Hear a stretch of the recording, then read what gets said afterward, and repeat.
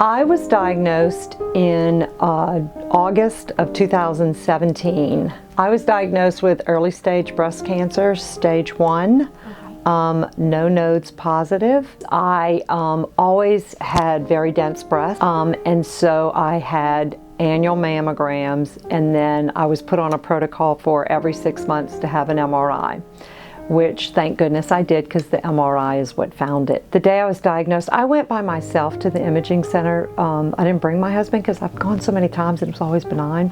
And then Dr. Rupley comes in and he says, "Oh my goodness, it's positive." You know, we had a long chat. When I left there, it was late in the evening, and I was driving down Claiborne, and who is right there on the street walking? My dearest friend and cancer survivor, Paula Harrison, our survivorship nurse. I pulled over.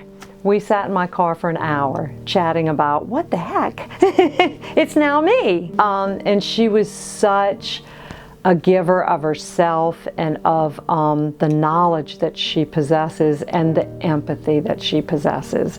Got me through that night, you know, got me through that day right there. Actually, the very next day in August after diagnosis, I met with Dr. Colfrey and decided to do a double mastectomy, since I had very dense breast and several biopsies before that were always benign, but at this point I just decided it's time.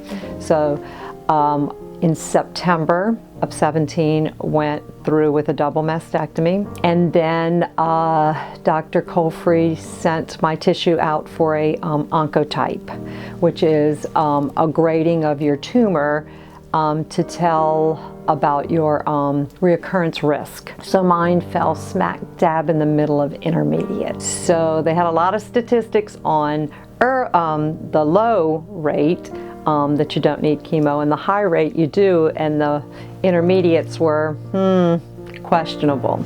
So at that point, it was a decision. I know I wanted to be around for my first grandchild. I wanted to fight for this the best way I could at that time. So very personal decision, did chemotherapy. Had 4 rounds with Dr. Zachariah down in our infusion center here at Truro.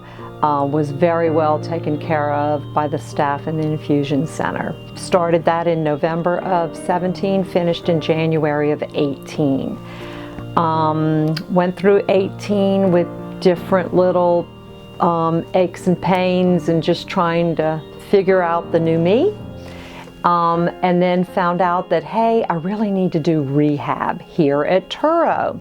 So I saw Franny on the suggestion of Lil O'Kane, the head of the cancer rehab department, and it was the best decision ever made.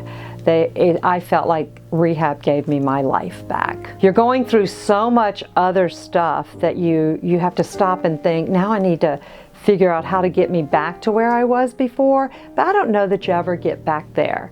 But you get somewhere, and then you realize that's where you are, and you move forward with it. And I have never felt better. The support of every single person, every chemotherapy I had, from all the nurses down there and my staff here, they were there with me every time I had a chemotherapy. They were down there rooting me on. It was absolutely wonderful. I am so much more than a survivor.